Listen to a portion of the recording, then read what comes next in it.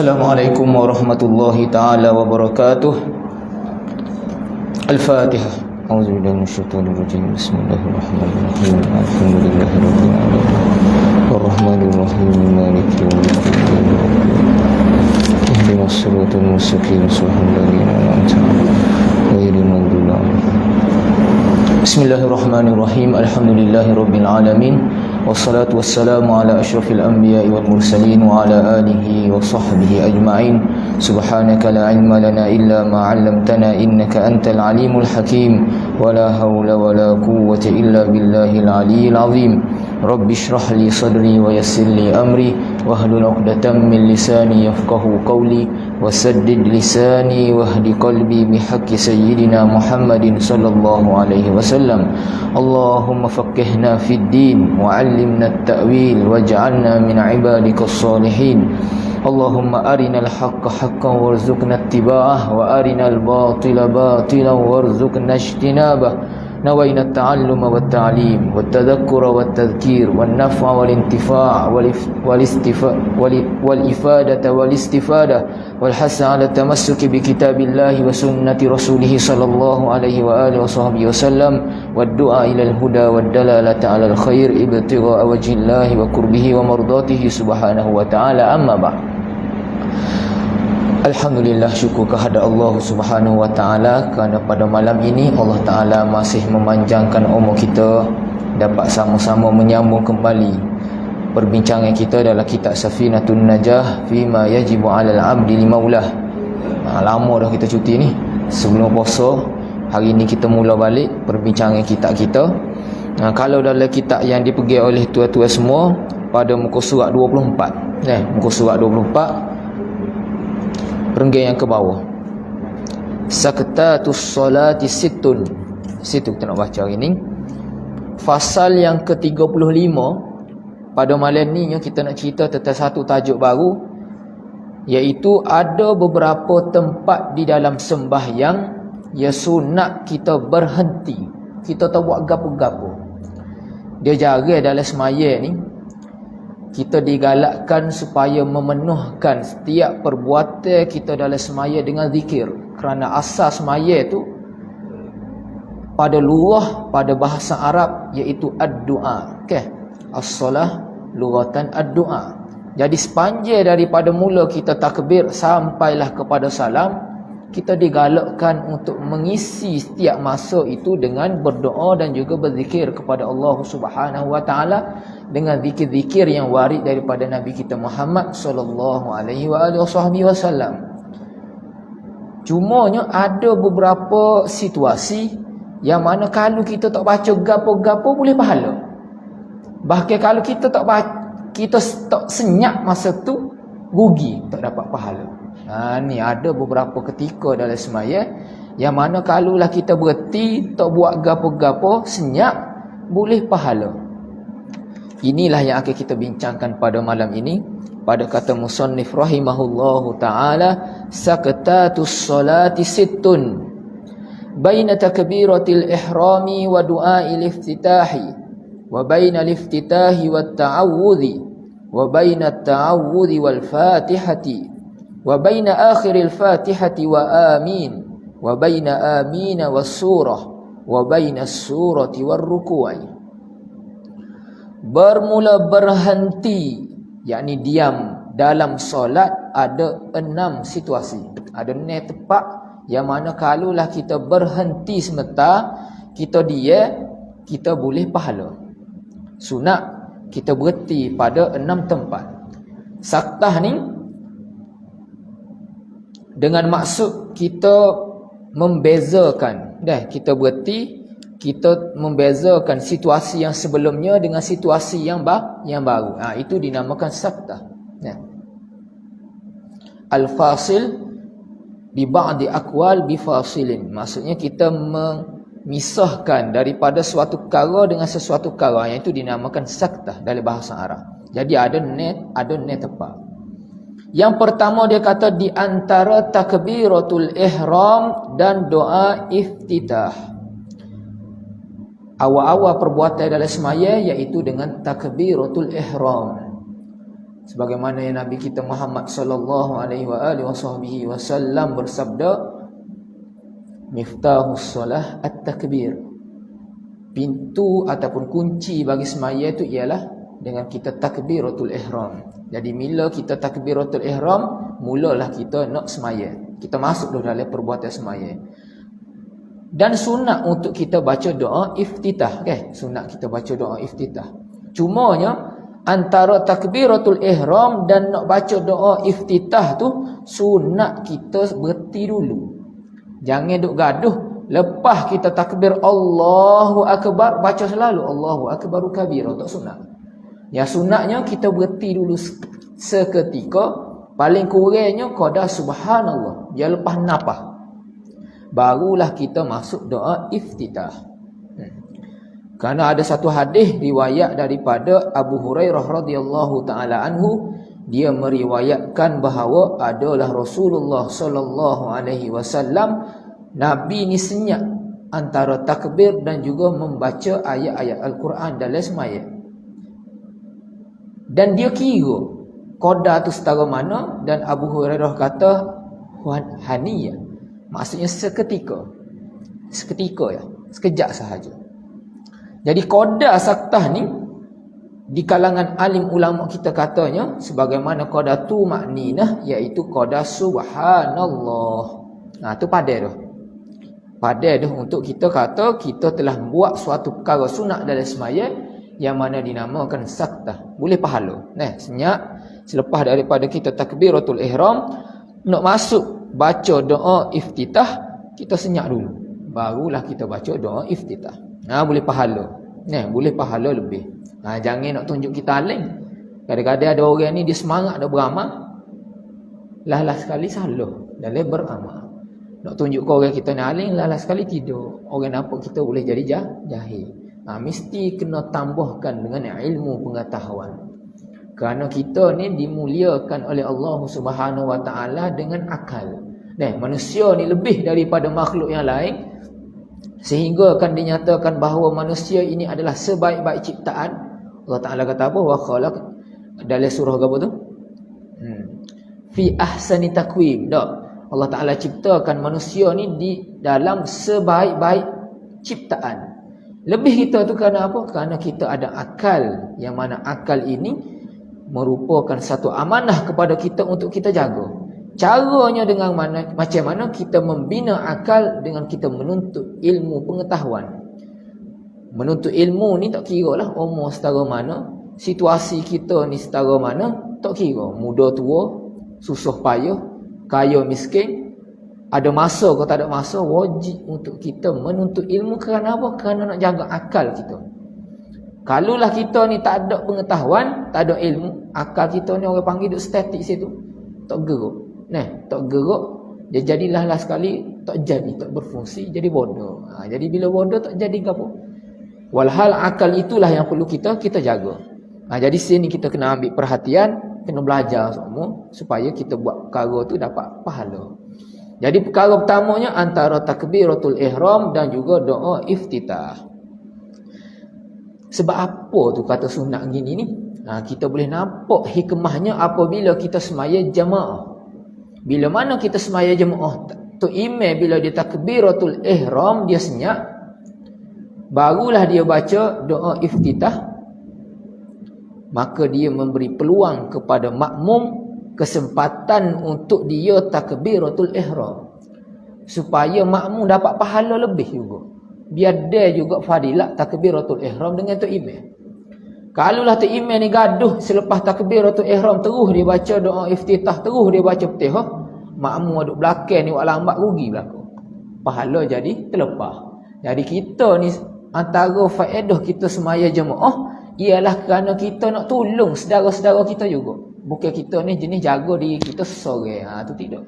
Itu lebihnya semaya jemaah. Kekuatan antara hubungan antara orang muslimin kita boleh nampaknya bila semaya jemaah. Hak ni 5 kali sehari semalam. Kita duk train seumurnya supaya ni nak jaga hubungan kita dengan sahabat kita duk sebelah. Antara tu imam dan juga antara tu makmum. Antara faedahnya ialah kerana ni. Kerana nak memberi peluang kepada makmum untuk bertakbiratul ihram sama dengan tu imam juga. Baik. Yang keduanya dia kata dan antara doa iftitah dan ta'awuz. Ta'awuz ni ialah a'udzubillahi minasyaitonir rajim. Ringkasannya kita nama ta'awuz. Sebagaimana bismillahirrahmanirrahim namanya ialah basmalah. La ilaha illallah kita nama tahlil. Subhanallah kita nama tasbih. Allahu akbar kita nama takbir. Supalah ni. Ta'awuz ialah a'udzubillahi minasyaitonir rajim. Jadi hak ni semua sunat. Ya, semua sunat. Cuma antara dua perkara sunat ni sunat kita senyap dulu. Bila habis kita baca doa iftitah, nak baca a'udzubillahi minasyaitonir rajim tu sunat kita berhenti dulu. Jangan buat gapo-gapo. Sebab apa tu? Supaya nak membezakan antara doa iftitah dan juga ta'awuz. Nak ayat benda ni benda asing, bukan benda yang sama. Jadi nak beza antara dua tu. Situasi yang ketiganya dan antara ta'awuz dan Fatihah. Yang ni bila mana kita baca a'udzubillahi minasyaitonir rajim, nak masuk baca Fatihah pada kata bismillahirrahmanirrahim tu sunat kita berhenti dulu. Sebab apa tu? Kerana penceraian antara keduanya itu adalah terlebih afdal berbanding kalau kita sambung. Sebagaimana kalau kita duk baca Quran duk luar ni, bila kita baca a'udzubillahi minasyaitonir rajim, nak baca ayat Al-Quran sunat kita berhenti dulu. Jangan duk gaduh terus sambung. Tak kira lah dalam semaya ke luar semaya. Sunat dan yang afdalnya kita ada perceraian antara baca ta'awuz dan juga basmalah ataupun baca ayat Al-Quran. Qadar dia, qadar paling kurangnya qadar subhanallah pada dah. Itu dah kira dah ada perceraian. Dan yang keempat, dan antara akhir Fatihah dan membaca amin. Yang ketiga tadi tu kata Fatihah dan juga ta'awuz tu kerana nak beza antara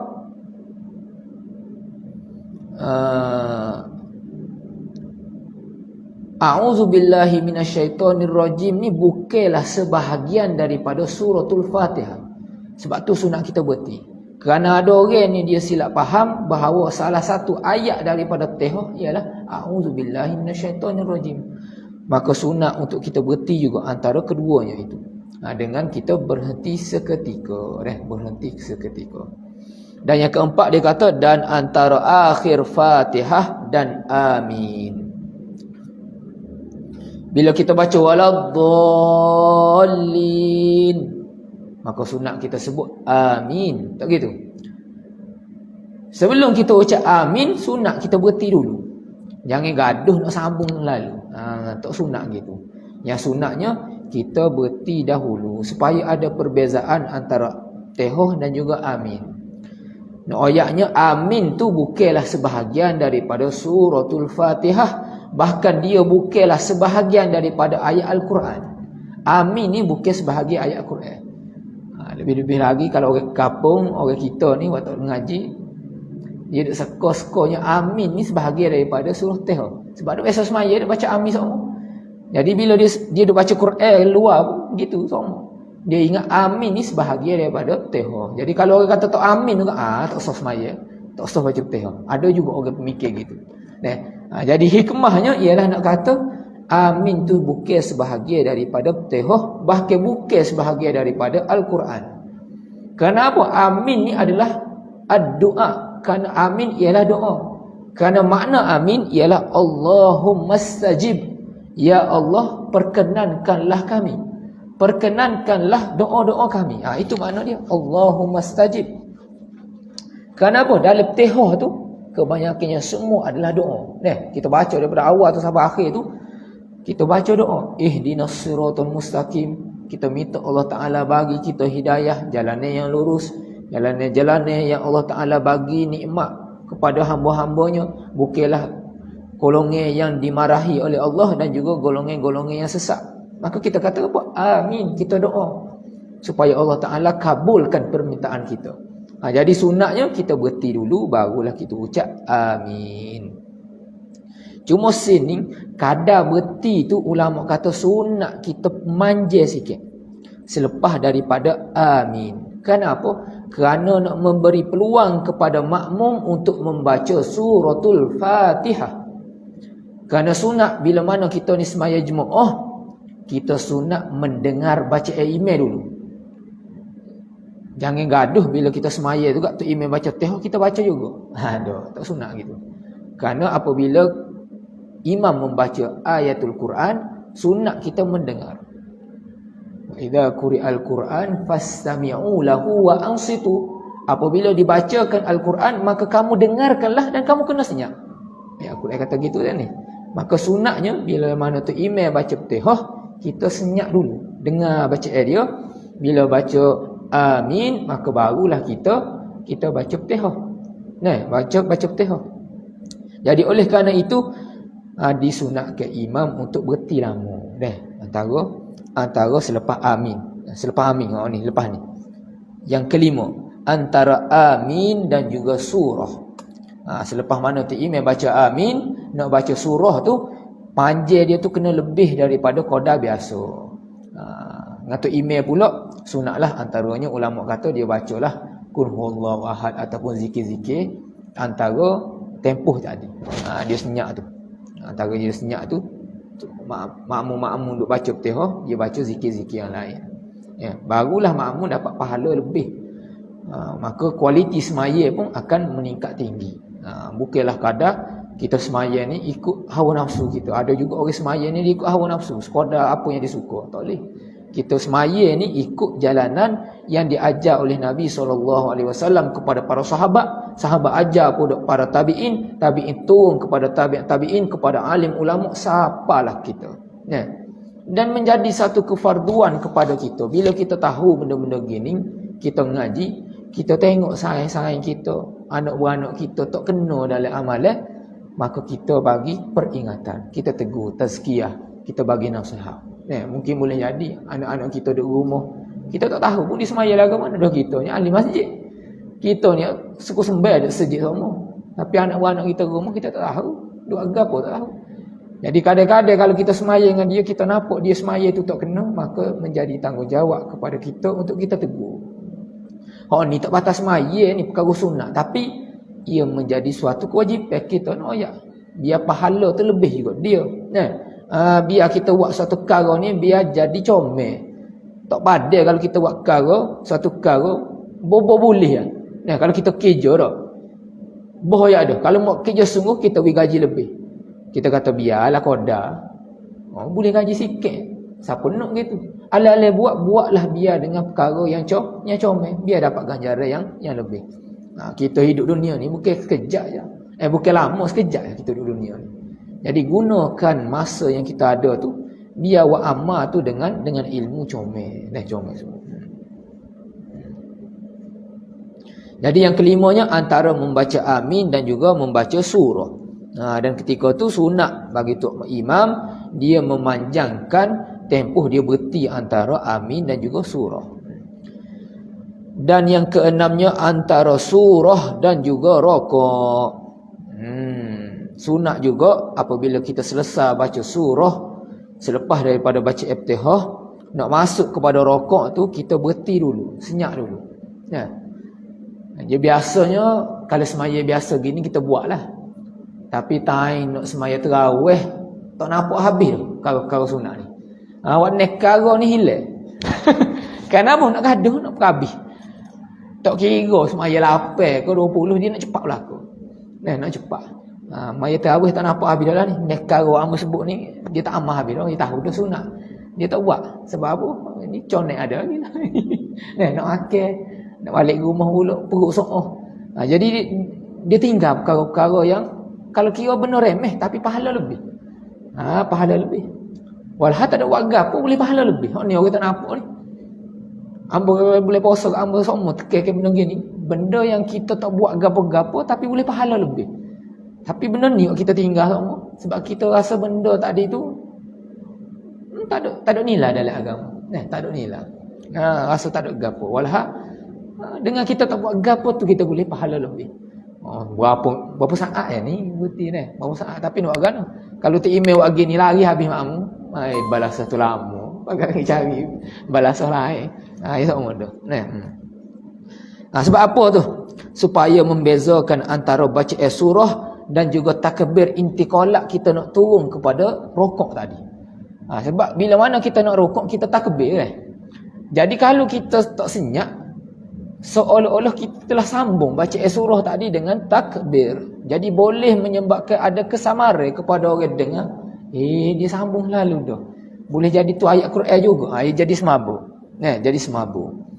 Dia kadang-kadang dalam tempoh yang dekat ni orang tak semabuk. Tapi kalau dia amal sokmo gitu, lepas 10 tahun orang kata yolo. Dia buat sokmo, dia jadi semabuk. Dia jadi semabuk. Jadi ni tempat ni sunat kita berhenti. Sunat kita berhenti. Benda ni menjadi satu perkara penting untuk Tok Imam. Tok Imam kena ambil perhatian sungguh ni tempat ni. Kalau kita semaya sore tak apa lagi. Tapi kalau kita semaya jemaah, nekara ni penting untuk dijaga.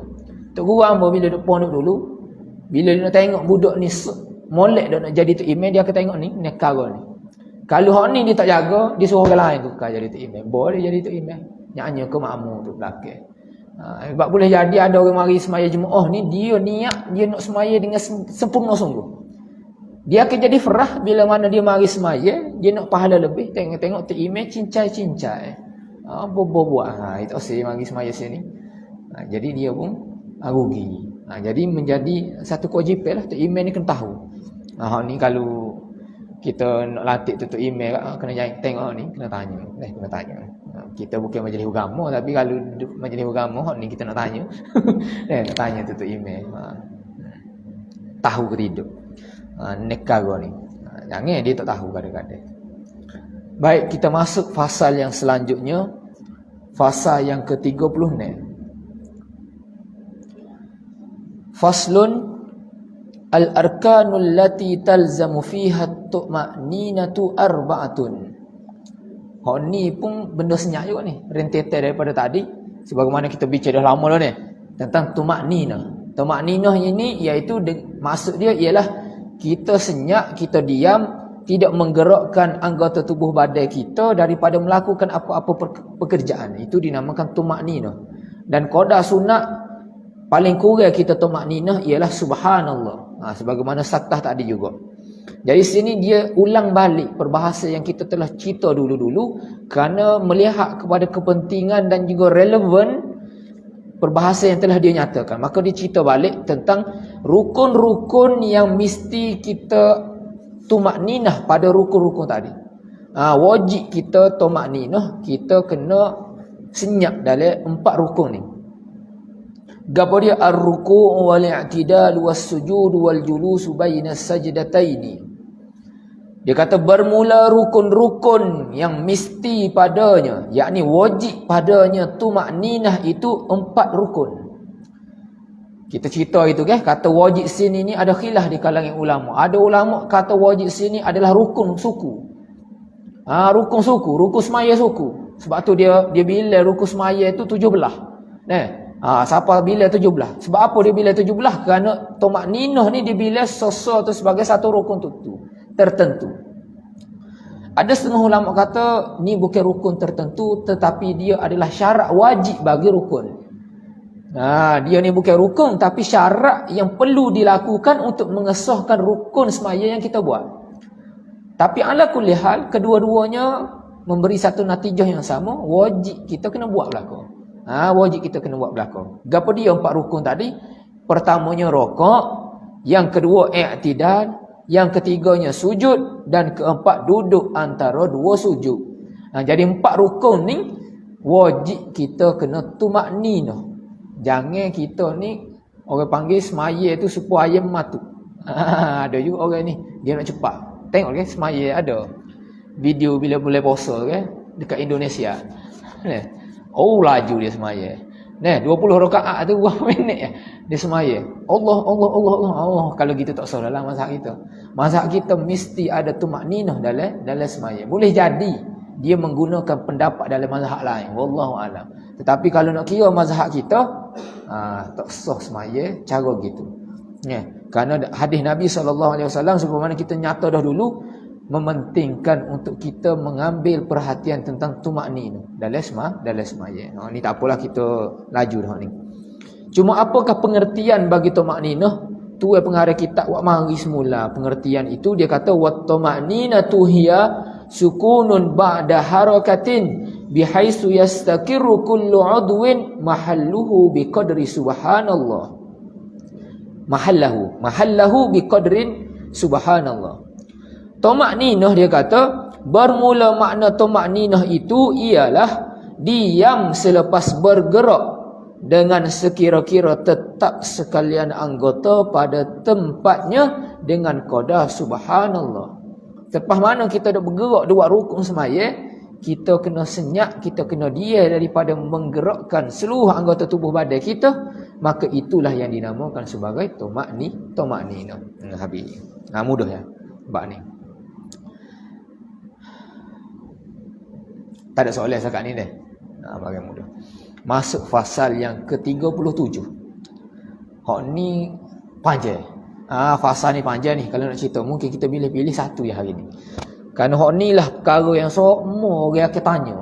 Nah, kadang-kadang kita duduk mengaji kitab kau, kita duduk madrasah, kita duduk pondok, kita duduk dalam kalangan ahli ilmu sekalipun, kadang-kadang perkara ni ramai orang tinggal, orang tak ingat masalah-masalah dalam bab sujud sahwi. Nah, bab sujud sahwi lebih-lebih lagi kalau kita ni jenis semua suka mari semaya Jumaat. Bab sujud sahwi ni kena belajar sungguh. Nah, boleh jadi tu imej silap. Kita ni betul, kita kena tegur dia cara lagu mana. Kadang-kadang kita pula tak kena tu imej betul dah lagu mana. Ni kita nak cerita hari ni. Fasal yang ke-37 dia kata asbabu sujudis sahwi arba'atun. Bermula sebab bagi sujud sahwi itu ada 4 sebab. Gapo dia sujud sahwi ni? Kita kena tahu dulu sujud sahwi ni lagu mana. Asal perkataan sahwi ni daripada bahasa Arab dengan membawa maksud nisyanu syai'i wal ghaflati anhu, dengan maksud kita terlupa, kita lalai. Itu dinamakan sahwun. Kita tak ingat, kita lalai, kita lupa, itu dinamakan sahwun. Jadi tajuk ni kita nak ceritanya sebab-sebab untuk kita sujud kerana kita lupa. Kita lupa nak buat perkara-perkara yang dia akan nyatakan nanti. Cuma maksud di sisi fuqaha, ulama-ulama fiqh bila dia membincangkan tentang sujud sahwi, maksudnya ialah dia nak cerita tentang khalal, kekurangan, kecuaian yang dilakukan oleh orang yang sembahyang di dalam sembahyang yang dia lakukan, yang mana sunat dengan sebab dia buat kekurangan tadi untuk dia melakukan satu lagi perbuatan yang dinamakan sebagai sujud pada akhir semaya dia. Kenapa dia sujud tadi tu? Kerana nak menampal, nak menggantikan balik kekurangan yang telah dia buat dalam semaya. Dalam semaya ni boleh jadi kita tak buat secara sempurna. Cuma ada perkara kekurangan tadi, benda tadi tu benda yang ringan, dan juga ada kadang-kadang kekurangan tadi tu perkara yang besar. Ada yang ringan tak ada masalah lah, kita boleh teruskan semaya cuma pahala kurang. Cuma ada juga kekurangan yang kita buat dalam semaya ni menyebabkan apa jelah rosak semaya dia. Cuma ada situasi kita boleh gantikan kekurangan tadi dengan kita buat benda lain. Contoh kalau kata kita tayar kita tu bocor, kita boleh tapung semula tayar, boleh guna balik. Maksudnya kita tak perlu tukar tayar lain. Kita boleh guna benda yang sama. Cawai kau rosak ni, pecah, kita boleh tapung balik. Boleh minum semula guna cawai tadi. Ini situasi yang kita nak nyatakan di sini, iaitu tentang sujud sahwi. Kekurangan yang kita buat dalam semaya, yang mana jelas nampak benda tadi tu merosakkan semaya. Cumanya kita boleh gantikan kekurangan tadi dengan kita buat 2 kali sujud pada akhir semaya kita untuk menggantikan kekurangan yang kita buat tadi. Tak batal semaya. Ni kalaulah kita nyatakan dalam bab sujud sahwi. Dia akan ceritalah nanti ni gapo dia. Ada satu lagi kekurangan, kalau kita buat nampak jelas rosak semaya, bukan sekadar tu saja merosakkan sahnya semaya. Kita tak boleh guna terlalu dah semaya. Kena semaya semula. Ni kalau kita tinggal rukun, kita tak melaksanakan rukun dengan sempurna, tak ada syarat dia, batas semaya misalnya, maka ketika itu semaya itu tak boleh nak baiki dah lah. Maka kita kena semaya semula. Kena ambil semaya kalau batas semaya batas wuduk misalnya, kena semaya semula. Adalah situasi-situasi je lepas ni kita ngaji. Ni kita nak masuk situasi yang kekurangan dalam semaya yang boleh kita ganti, kita tampar balik. Nak baiki semula ni semaya yang kita buat tadi. Sebab kita ni manusia. Kita kena ingat kita ni bukan malaikat dalam buat ibadat. Kerana malaikat dia tak ada salah silap. Dia tak ada salah silap kerana dia tidak diberi nafsu. Kita ni ada nafsu. Bila ada nafsu dia mari, kadang-kadang ingat, kadang-kadang tak ingat. Bahkan perbuatan tentang sujud sahwi ni disyarakkan melalui sunnah qauliyah dan juga sunnah fi'liyah. Sunnah qauliyah dengan mana Nabi suruh sujud sahwi. Sunnah fi'liyah dengan mana Nabi sendiri buat sujud sahwi. Dengan makna Nabi juga pernah lupa di dalam sembahyang. Tetapi lupa ini bukan untuk menunjukkan kekurangan pada Nabi kita Muhammad sallallahu alaihi wasallam, tetapi nak mengajar umat Nabi sallallahu alaihi wasallam. Sebab tu dalam satu hadis yang panjang, hadis Zilyadain, bila mana sahabat tanya, adakah kamu lupa ya Rasulullah? Nabi kata, aku tak lupa, tetapi aku dilupakan. Nabi kata, aku ni dilupakan. Dia lain, kita sengaja lupa. Kita ni biasa kan lupa sendirilah. Tapi Nabi ni Allah Ta'ala sengeleng buat dia lupa. Gitu maksud dia. Lain tu, dua. Kalau kita sengaja lupa ni orang panggil lemah lah kita ni. Tapi Nabi ni tidak. Nabi dilupakan. Menyebabkan Nabi pun melakukan ajar kepada para sahabat cara nak sujud sahwi. Kita nak mengaji. Bila kita nak sujud sahwi, ambo cerita mukadimah lah dulu ni. Sebab rasanya takut dia ataupun tak dia, kita tengok wah ni lagu mana. Bila kita nak sujud sahwi, berdasarkan pendapat muktamad dalam mazhab kita, sunat kita sujud sahwi sebelum memberi salam. Sebelum memberi salam, itu adalah tempat untuk kita sujud sahwi. Berlainan dengan mazhab yang lain, ambo tak ceritalah mazhab mana tu. Dianya sunat selepas daripada memberi salam. Ada juga mazhab lain. Jangan pelik. Mungkin kita duduk Malaysia ni, kerana mu'zam kebanyakannya semua bermazhab Syafi'i ni. Jadi kita ni tidak, orang panggil, tidak terdedah dengan mazhab yang lain. Jadi cara kita semaya ni sama berlaku. Comel, alhamdulillah. Tak, orang panggil tak semabur lah. Bagi orang baru nak mengaji ke, orang buat duk semaya sok mudah ke, orang buat tak mengaji pun jadi tak semabur. Tapi boleh jadi kadang-kadang kita keluar ke negara lain. Kita bercampur dengan saudara-saudara seagama dengan kita, tetapi bermazhab lain. Contoh kita pergi Tanah Harak. Ataupun kita khuruj. Kita khuruj, kita pergi di Pakistan, di India. Mazhab dia tak sama dengan mazhab kita. Jadi boleh jadi perbuatan yang dia buat tak sama dengan apa kita ngaji. Ketika tu ini penting ilmu. Kalau kita jenis cepat latoh kat, lagu mana ni? Orang buat lain, kita buat lain. Lepas tu kita balik sini, kita oyak pula. Kita buat sana gitu, kita kena buat support gitu. Habis, tak ada apa. Kita sendiri salah.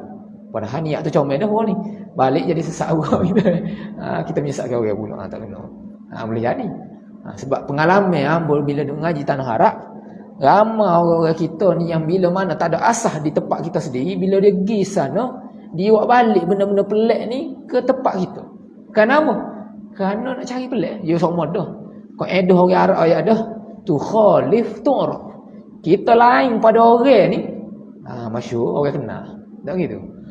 Terang buat benda lain pada orang. So lalu. Viral lalu dah ni. Orang muda lah ni dia tahu. Viral lalu. Terang buat benda-benda pelik. Kalau sasah ustaz terang ayat pendapat-pendapat yang pelik. Kita tak ikut pendapat jumhur. Kita ayat benda-benda yang ulama-ulama yang terpencil benda tadi. Benda tu kadang-kadang betul ya Allah ulama tapi tidak sesuai dinyatakan pada situasi tempat kita. Kalau nak suhu boleh aja gitu. Boleh kalau nak suhu, kamu cerita masalah lah kau ini. Nah, kita ngaji mazhab Syafi'i tapi ambo tak kena kita ni. Dalam mazhab lain kita gini, sedap. Orang dengar sedap. Lain ustaz tu ngajar daripada orang lain sebab apa? Benda tak ada di kita. Ya sedap sanggup. Tu mari hawa nafsu. Hawa nafsu. Jadi salah satu kepentingan kita ngaji dalam mazhab ni iaitu kita nak ada keselarasan. Sebagaimana ginilah kalau kata kita masuk dia ikut cara tepat juga. Jadi ikut cara tepat. Ada orang buat nasi kabu. Nasi kabu ni ada banyak jenis. Ada nasi kabu Siye, ada nasi kabu Kelantan. Kalau kata laksa pun beza tu.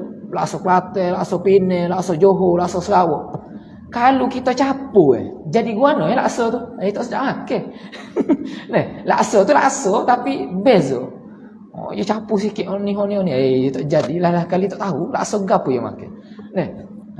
Tu kalau kita ni tak kena madrasah ataupun jalanan kita nak ngaji. Sebab tu mula-mula kita nak ngaji fiqh ni mesti ngaji ikut mazhab dulu. Dia tak boleh kita ngaji mula-mula fiqh terus kita nak ikut hadis Nabi ataupun kita nak baca Quran lah tafsir, tak boleh. Dia jadi semabuk, dia jadi celaru waktu itu. Sebab dia tidak ada keselarasan. Sebab memang betul lah. Kenapa timbul mazhab-mazhab ni? Kerana cara pemikiran yang berbeza dalam memahami nah syarak. Dan Nabi juga membenarkan perkara tadi. Sebab dalam situasi para sahabat bersama Nabi pun, ada sahabat dia faham gini, sahabat lain dia faham gini. Bila mari semua ngadu kepada Nabi, Nabi membenarkan berlaku. Mu buat tu betul dah. Ni mari kata, ni baca gini. Mu pun kata baca betul juga. Sebab ada benda-benda yang berbeza yang dibenarkan pada syarak. Yang membenarkan pada syarak semuanya datang daripada Nabi SAW. Kalau kita ngaji sungguh kita jumpa benda tu. Waktu ngaji ni awak jadi geger ni. Ya lodoh ya ting kosong ting kosong. Ya bunyi geger. Kalau ting penuh tak bunyi mana? Terawak. Ting tu kita buh air ke gapo, tak bunyi mana? Terawak tak bunyi. Tapi kalau ting kosong kita buh batu sebotol geger bunyi tang. Gitu ya sama dah orang ni. Ya orang aling, ya senyap. Ya memang perangai gitu tu. Orang ada ilmu ni dia tak bunyi mana. Dia tak ada ilmu ni nak bunyi. Tak tahu apa memang perangai gitu. Tak boleh nak ayat kau gitu. Okay. Ya cuma amun ayat sini ya, di sisi mazhab kita sunat kita sujud sahwi itu bila dilakukan sebelum memberi salam. Yang gitu. Cuma ada mazhab lain juga yang buat sujud sahwi selepas daripada memberi salam. Jadi nak ayat sini supaya tak jadi kejutlah. Kalaulah kita pergi tempat lain kalau orang buat gitu. Cuma jangan buat balik. Mazhab lain itu ke tempat kita kalau kita tahu dah mazhab kita sini amal perkara tadi. Baik. Berapa kali kita nak sujud sahwi ni? Sunat sujud sahwi ni dilakukan 2 kali sujud. Sebagaimana kita sujud semaya biasa tu 2 kali sujud, sunatlah juga kita sujud 2 kali. Walaupun kita melakukan kesalahan dalam semaya yang kita akan nyata selepas ni beberapa kali. Kita dalam semaya ni kita tak ingat nak baca kunut subuh. Kita tak ingat nak baca kita tak baca kunut subuh. Kita tak baca selawat kepada ahli keluarga Nabi. Adalah banyak benda yang kita nak cerita nanti ni. 2-3 tempat kita tak buat perkara-perkara yang sunat. Sunat abad kita tinggal lapar misalnya. Ataupun kita buat sebab-sebab yang lain yang dinyatakan lepas ni. Kita buat banyak dalam semaya. Tapi caranya 2 kali sujud ya. Walaupun kita buat tadi tu banyak yang menyebabkan kita sujud sahwi. Bukan kata kita kira kita tak kunut, tak baca tasyahud. Banyak kali sujud. Jadi pelik tu. Nabi ajarnya 2 kali sahaja sujud. 2 kali sahaja sujud. Bacaan dia sunatnya kita baca subhana man la yanamu wa la yasfu. Ni biasa dah. Kita tahu dah belakang. Dan sunat kata sujud sahwi ni pada semaya biasa ginilah. Cuma solat jenazah tak ada sujud sahwi. Solat jenazah tak ada sujud sahwi kerana cara kita semaya jenazah ni ialah dengan berdiri saja. Dia tak ada sujud, dia tak ada buat rukun-rukun lain. Jadi janganlah kita ni Contohnya kita tak teringat. Tak teringat nak selawat ke apa ke. Dia kata, hamba tak teringat tadi. Ataupun tak teringat nak akad takbir ke ni. Walhal akad takbir tu sunat. Kata kena sujud sahwi kali. Dia pun sujud sahwi. Pelik pada orang tu. Tak ada dah. Tak ada. Jangan buat pelik pada orang.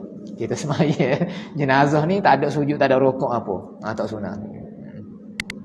Baik, faslun asbabu sujudus sahwi arba'atun. Bermula sebab bagi sujud sahwi itu ada 4 perkara. Ada 4 sebab. Kalau kita buat salah satu daripada 4 sebab ni, sunatlah kita sujud 2 kali sebelum kita memberi salam. Gapo dia perkara pertama? Baca sebahagian dia. Al-awwalu tarku ba'din min ab'adis salati au ba'dil ba'di. Pertama, meninggalkan setengah daripada segala sunat ab'ad di dalam sembahyang, atau meninggal separuh, yakni sebahagian daripada sunat ab'ad tersebutlah. Contoh sininya dia kata seperti meninggal setengah daripada kalimah kunut. Ini kita nak ceritanya. Sebab pertama kita sunat sujud sahwi ialah kita meninggalkan sebahagian daripada sunat-sunat ab'ad dalam semaya. Selepas ni insya-Allah tuan pengarah kita akan buat satu perbahasan khusus. Dia akan bila sunat-sunat ab'ad ni berapa. Dia akan ceritalah fasa selepas ni. Dia tak cerita lagi sini. Dan dinamakan sunat ab'ad tu kerana apa sunat ab'ad? Kita dalam semaya kan kita ada rukun, kita ada sunat ab'ad dan juga sunat hay'ah. Sunat ab'ad ni dinamakan ab'ad kerana sunat-sunat ni dituntut secara orang panggil secara tuntutan yang pasti dalam syarak. Dia sunat yang memang dituntut. Gitu makna dia. Sunat yang memang dituntut untuk kita lakukan. Sehingga kan dia ni boleh digantikan, kita boleh tepek dia dengan kita sujud sahwi dah ni. Kalau kita tinggal, ini menunjukkan bahawa dia ni memang betul-betul sunat lah kita buat. Siapa-siapa kalau kita tak buat, sunat kita tempelkan dengan sujud sahwi. Maka ketika tu dia ada persamaan dengan rukun-rukun semaya. Yang mana rukun-rukun semaya ni adalah sebahagian daripada juzuk-juzuk daripada sembahyang. Ba'dun dalam bahasa Arab ba'dun. Yang ambil dari situ ab'adun. Jadi apabila kekurangan dalam semaya yang zahir nampak oleh orang, apabila kita tinggal sebahagian daripada perkara tadi, maka seolah-olah dia serupa dengan dia tinggal juga rukun, maka ketika itulah dinamakan sebagai sunat ab'ad. Sebab tu namanya sunat ab'ad. Adapun sunat hay'ah tadi, kerana kalau kita tinggal, kita tak sunat untuk gantikan dengan sujud sahwi. Seolah-olah kalaulah kita nyatakan sebelum ni, sebagaimana dinyatakan dalam kitab Muniyatul Musolli, kalau sunat hay'ah tu serupa dengan bulu-bulu yang ada dalam tubuh badan kita ni. Kalau tak ada bulu pun, tak ada gapo, tak jejah lagi tubuh, cuma tak comel lah. Tapi kalau tak ada anggota gapo ni, dia cacat lah, nampak cacat semaya. Cuma kadang-kadang kalau cacat kita boleh ganti lah ni. Kalau kaki kudung, kita boleh ada kaki palsu. Tangan tak ada, boleh pakai tangan palsu. Boleh lagi ganti. Ni sunat ab'ad, dia akan cerita nanti ni berapa perkara. Jadi sini dianya tak buat sunat ab'ad tu. Sama ada dia tak buat terus. Contohnya kalau kata sunat ab'ad kunut, dia tak baca terus kunut subuh. Lepas dia rokok, dia naik i'tidah, dia terus suruh untuk sujud yang pertama. Dia tak buat terus kunut subuh. Maka ketika itu sunat untuk dia sujud sahwi selepas daripada sebelum daripada salam pada akhir semaya dia. Ataupun sini dia meninggalkan sebahagian daripada sunat ab'ad. Dia baca dah kunut tapi tak baca habis. Ketika tu juga sunat dia sujud sahwi. Kerana sunat ab'ad ni kena buat biar sempurna. Kalaulah kita buat orang panggil tak dah habis, serupa dengan kita tak buat juga, maka ketika itu sunat untuk kita sujud 2 kali juga. Boleh jadi kalaulah kata dia ni buat kunut subuh, contoh sini dia kata apa, seperti meninggal setengah daripada kalimah kunut. Orang baca Allahumma hdina fi man hadait wa afina fi man afait. Dia tinggal dua tu, dia sama tu orang lain. Kalau dia tinggal perkataan-perkataan tadi, dia juga sunat untuk sujud sahwi. Ya kita cerita lah nanti ni ya, sunat abang tu berapa? Hamba tak cerita lah dah sini dah. Tinggal tu tak kira lah sengaja ke ataupun terlupa ke, sengeling ataupun tak ingat, tak kira. Nah, asal tinggal sunat untuk dia sujud sahwi. Wallahu a'lam bissawab. Takat tu dululah. Sesi comel tu so bagus. Ada lagi 3 lagi sebab insya-Allah kita sambung pada minggu hadapan insya-Allah lah. Jadi segala yang baik itu datang daripada Allah Subhanahu Wa Taala, yang kurang itu datang daripada diri hamba sendiri. Hamba mohon ribuan ampun maaf atas salah silap.